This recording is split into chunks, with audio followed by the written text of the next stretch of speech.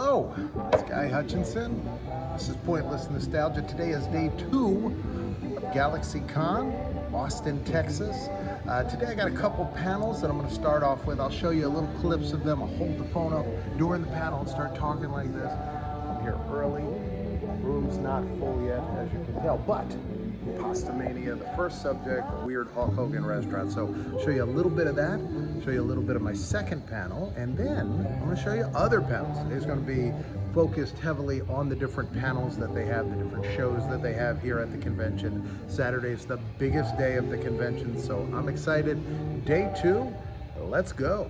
Now, if you look here, this is the Pasta Mania awning. Now, at some point in 2008, which is 12 years after Pasta Mania closed, somebody put this on the side of the building. Now, a lot of people took pictures of this. They posted this on Flickr. They posted it on different blogs, and they said, oh, look how sad it is, the sad end of Pasta Mania. But this was never a Pasta Mania location. If you look, you can see there's no opening for it, and there was only one Pasta Mania in the Mall of America. I don't know why, but somebody took that original awning and they moved it over here. Now, over the next 3 years, a lot of people took pictures of it. Somebody cut the Hulkamania, Pastamania logo out of that and took it home, so somebody got a pretty cool souvenir. And then eventually, the building it's attached to was torn down, and at that point, that was the very end of Pastamania. But that all happened, and I have no idea who did that, but that has caused a lot of people to think there was more than one location, but there was only one, right in the Mall of America. Characters. I hung out with a lot of different characters. Anywhere from Bart Simpson to I can't remember some of the names. Now what? So I didn't. Curious George to one of these chickens. Now wait, before you go any further, I never knew you did Bart Simpson. What's the training for like Bart Simpson to be the character, to have the personality of Bart Simpson? Like what are the rules like when you're interacting with people? Actually, for Bart Simpson, like a lot of it, they want you to know the source material, so you have to like watch a few episodes or whatever. They even have you watch an episode or two while you're there training, at least when I did. But yeah, you kind of have to do it on your own. You have to like, all right, well, watch Simpson and just kind of get to know. But there's also, because of something like Bart Simpson, is So that was fun. Just did that panel with Wheaton, and her table's actually right down there. I'm here, Dana's over here. Wearing a very cool shirt today. Look at that. View from my table is phenomenal. I've got over here, you can see Kevin Flash, who was Elmo, and then Steve Whitmire is blocked by one of his customers, but he was Kermit the Frog for a long time. And I actually did a panel with Kevin once. I wrote, for those of you who don't know, I've written a lot of books, including a book about Sesame Place, and you see there's an Elmo ride there. And so we did a panel together. We talked about Elmo and Sesame. It was the best time ever. By the way, I don't think I've shown you guys. Look at this. Look at this kid. Look at that. Little Pointless Nostalgia's all over my Hawaiian shirt today. Fantastic day. Disney hat. We'll be going around checking out some panels in a bit. Right now, hoping to sell some books. Here to sell some books also. Give people some stickers, and I got these super cool buttons, but they gotta ask for the buttons. Stickers go to everybody that comes by. The buttons are for the people who been to panels. They get those. Look at that. I just wanted to get a look at you in this shirt. Mingling with the locals. Everybody must think I'm from Texas, the way I'm dressed. Now that's just regular old Austin. Let me see the back. Look at the back. Thank you very much. That is beautiful. Look at this costume. Look at that. I don't know what that is, but it's big. Look at it going. All right, we're at this panel room. It looks like right now, it should be towards the end of Death Do Us Part podcast, discuss the creation of a true crime podcast. And so we'll take a look, see what's going on in this room.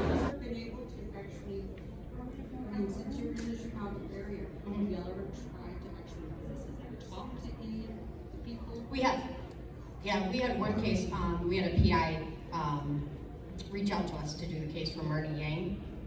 I actually went out to dinner with her dad. I spoke to her on the phone multiple times. Yeah. So that was a good one. She showed me too. she's wrongfully convicted as far as I'm concerned. She's wrongfully convicted. She shouldn't be in prison, 100%. Yeah, we got a card from her, and yeah, we still talk to the PI once a month. I should be a PI. That's what we should do. This is terrible. You guys should be paid like, you guys are teachers, man. Our sister-in-law is a 7th grade teacher. Bless your heart. Oh my God. I think you should be able to beat other people's kids, and you can't. That's the problem. You should. No, between them and nurses. And then NICU nurses. Because believe it or not, Giant McGee over there was a preemie, and we had NICU nurses who were my saving grace. Absolutely. He was 5 pounds when he was born. 34 weeks, 5 pounds. Yeah. Mm-hmm. Yeah. He was itty bitty now. They have here the Austin City Limits Artist Lounge. This was a TV show. I know they named a street after Willie Nelson. He was the first artist to appear on it. They have this cool little area here. Willie. Then this is Lucinda Williams. Stevie Ray Vaughan. They've got music on the screen. See Johnny Cash over here. That's cool. Cool place. Okay, this is the super stage, and Will Wheaton is doing a Q&A in here, so we'll go take a look and see what Will Wheaton has to say. There is still the strike going on, so they can't specifically talk about shows, but look at all the different stuff going on. All right, let's go on and take a look. And I've had these wonderful moments of talking with some of these people who tell me that they grew up watching us the way I grew up watching the original Star Trek series. And that they've heard the stories about our cast. They've heard the stories about our family and how they want that. What do we do to have what you guys have? And I tell them, well, you know, you show up for each other. And you take care of each other, and you treat each other absolutely like family. And we've been really lucky that when we interact with people from my franchise, everybody loves it. Everybody loves being part of it, and is really grateful for it. And there are people coming in now who grew up in fandom, and they're actors who were fans first. Like me, I was the only one on my show that was like a big going to cons fan long before we ever worked on any of it at all. So when there is someone who we freaking love, you know, like I never in a million years would have expected Eddie Olmos to like go to cons. Are you kidding me? Right? And I'm like, man, Eddie Olmos is that's unreal. You know, like, thanks for showing up, dude. it really means a lot. It's cool. So I always make a real concerted, meaningful effort to give back and to sort of like keep the cycle of motion from there to here and back again. Just keep it going. You know, just keeping this thing alive. I'm turning the crank for a little while. Here's Tabletop Gaming. Let's see what's going on. They always have some really cool modern board games, and sometimes they have some cool old ones too. I love the Galaxy Girl and the robot. Yeah, look at those Power Rangers. Of course, Jenga.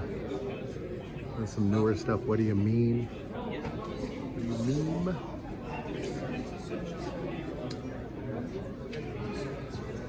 Shark Island.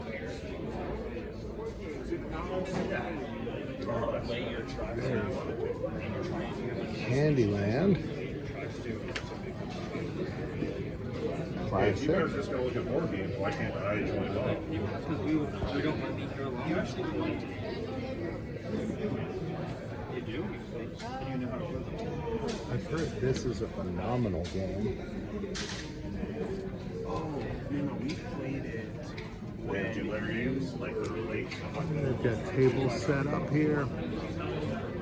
You can grab a game and play it in here. And I think I see Alan Grant in Jurassic Park. Pretty awesome.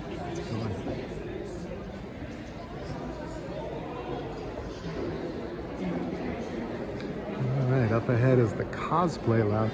It actually, by the way, in this room, if you come here at certain times, like in about a half hour, they're going to have this Pokemon meetup, and they have lots of other cool events that go on in there. Cosplay Lounge.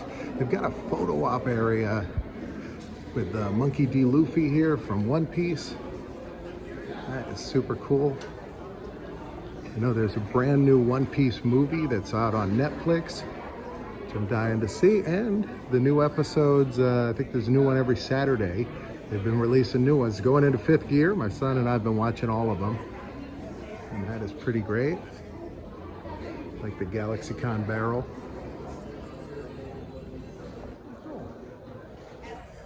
There's Pikachu. I always have Pikachu. Usually Pikachu's in the video gaming area, but here in Austin, they put Pikachu in this room in the Cosplay Lounge. And then this is the end of the line, it looks like. So we gotta go back this way. And always lots of cosplay here at the con. And just so many, like, look over here. Look at, I mean, just to see a Disney princess next to like a soldier from Halo. Here's the events that are happening in the Cosplay Lounge.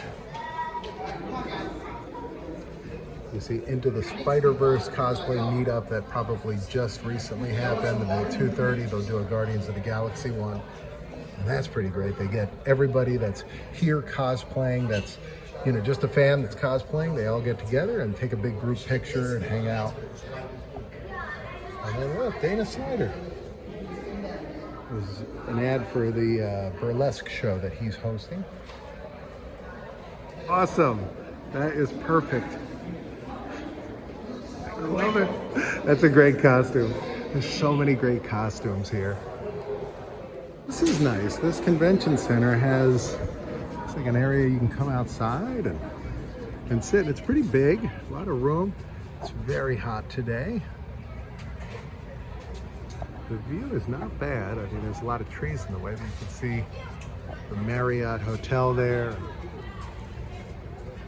And you can see down there some people in costume walking around. It's very nice to be able to come out and get some fresh air. A lot of the convention centers, that's not possible. It's like the guy's got the championship title down there. Look at this, look at these. Those are fantastic. Thank you so much. That is awesome.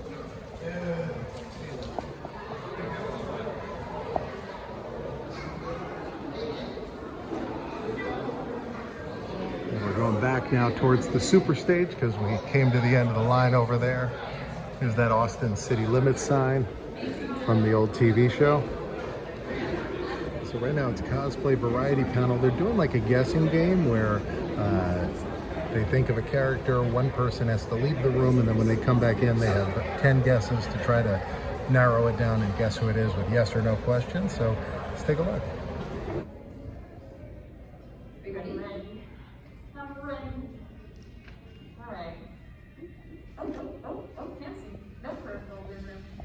I hope it's not hard. I'm gonna be honest.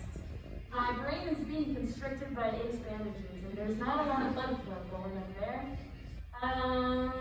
My first question is it a fictional character? Yes. Nice. Is it a woman? Yes.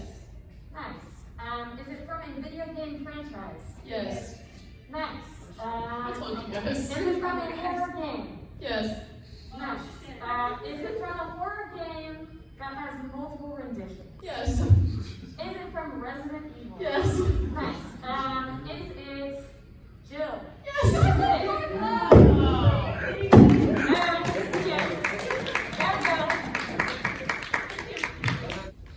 that again?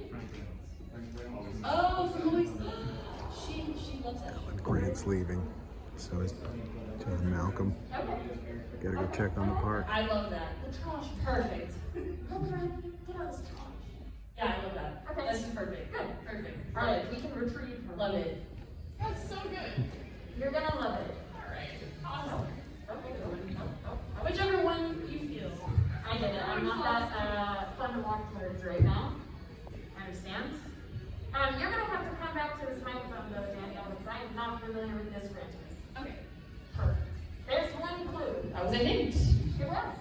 I like a lot, probably.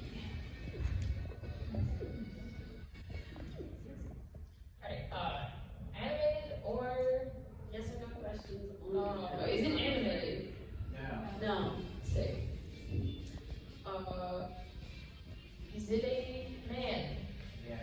Yes. Okay. Real man. Favorite kind of man? Real man. Wow. Okay.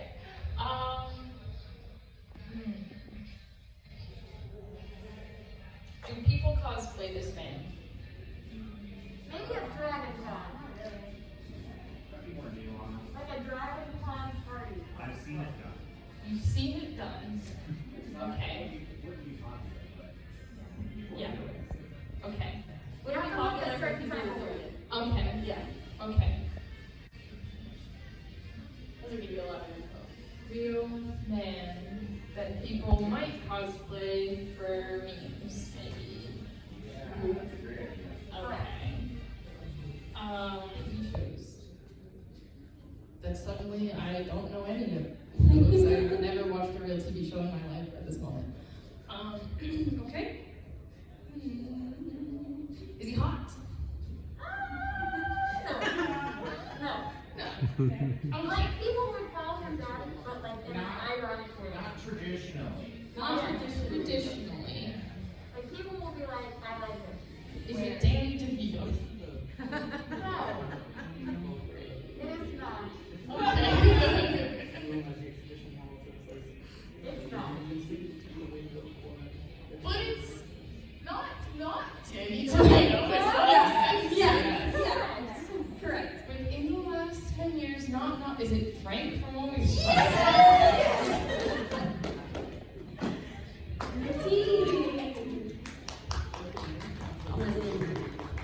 That is so cool. Fantastic. I love it. I love it. That's good. I love that. The doctor. He's got the mask on. I think he can heal himself though with the sonic screwdriver, right? I've never seen the show, but I think that's how it works. COVID can't get the doctor. Ah, look at that. That is really cool. Look at all these costumes. Darth Vader's over here. I like when they have the ones from my era too. Oh man, look at all these.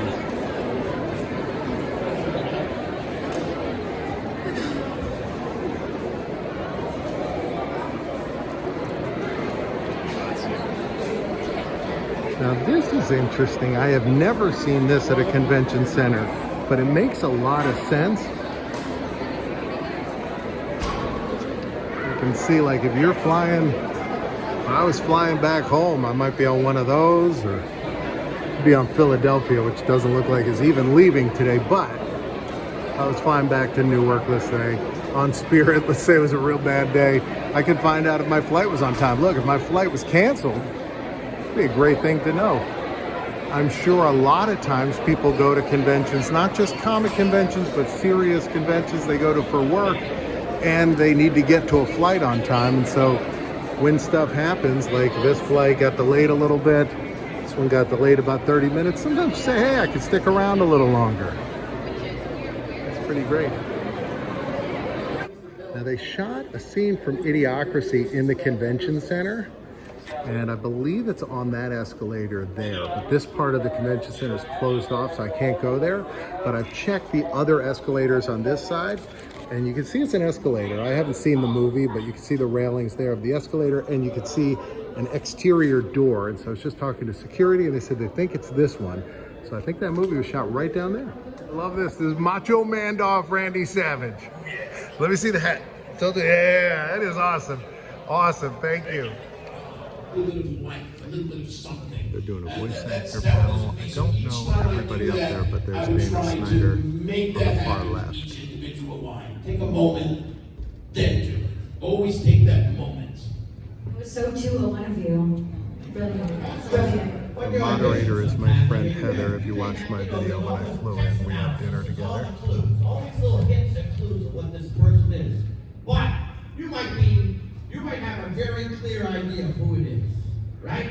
idea is this guy.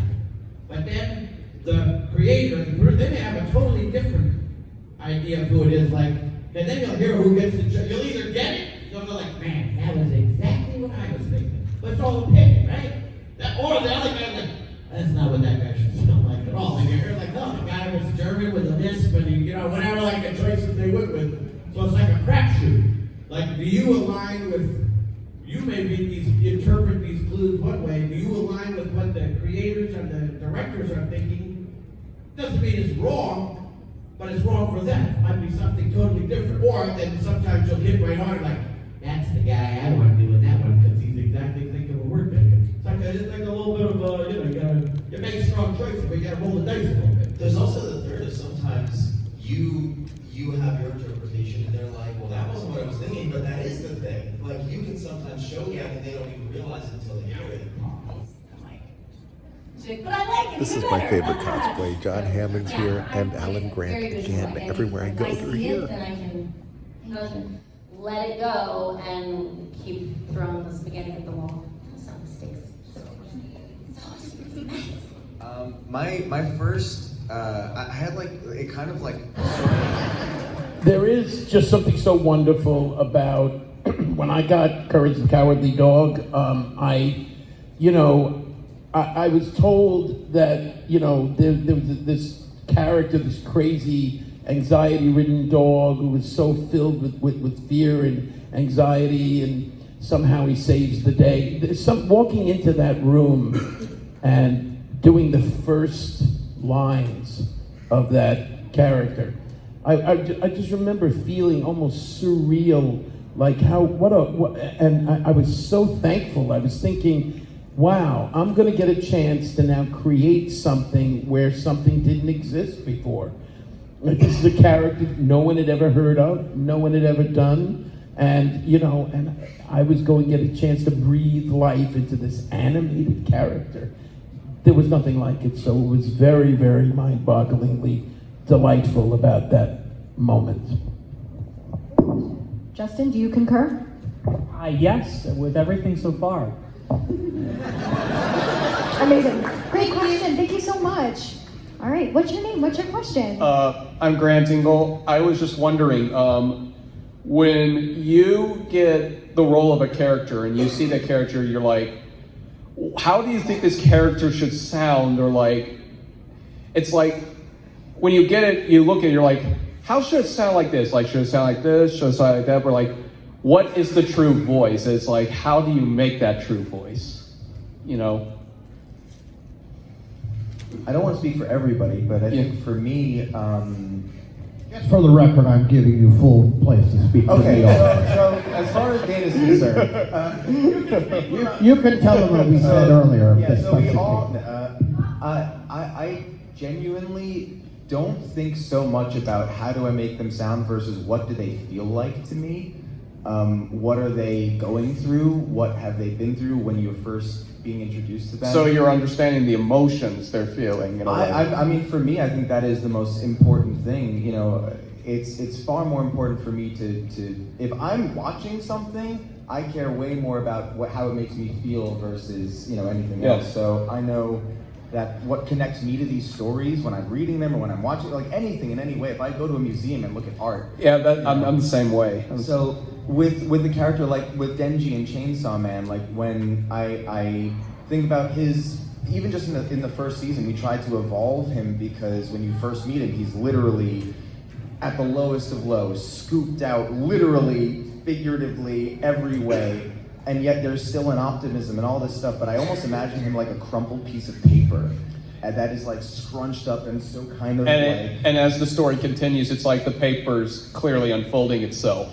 Exactly. So you get me. I get it. I know, right? What a cool question. But I get really nerdy about this stuff, so that's... I do too. I'm a massive nerd myself. Amazing. Great question. Justin, you... Well, things are wrapping up here. People are kind of shuffling out. The floor is closing up. So, that'll do it for today. But tomorrow, day 3. Oh, look, Milo Beasley's here. Tomorrow's day 3. It's going to be Sunday.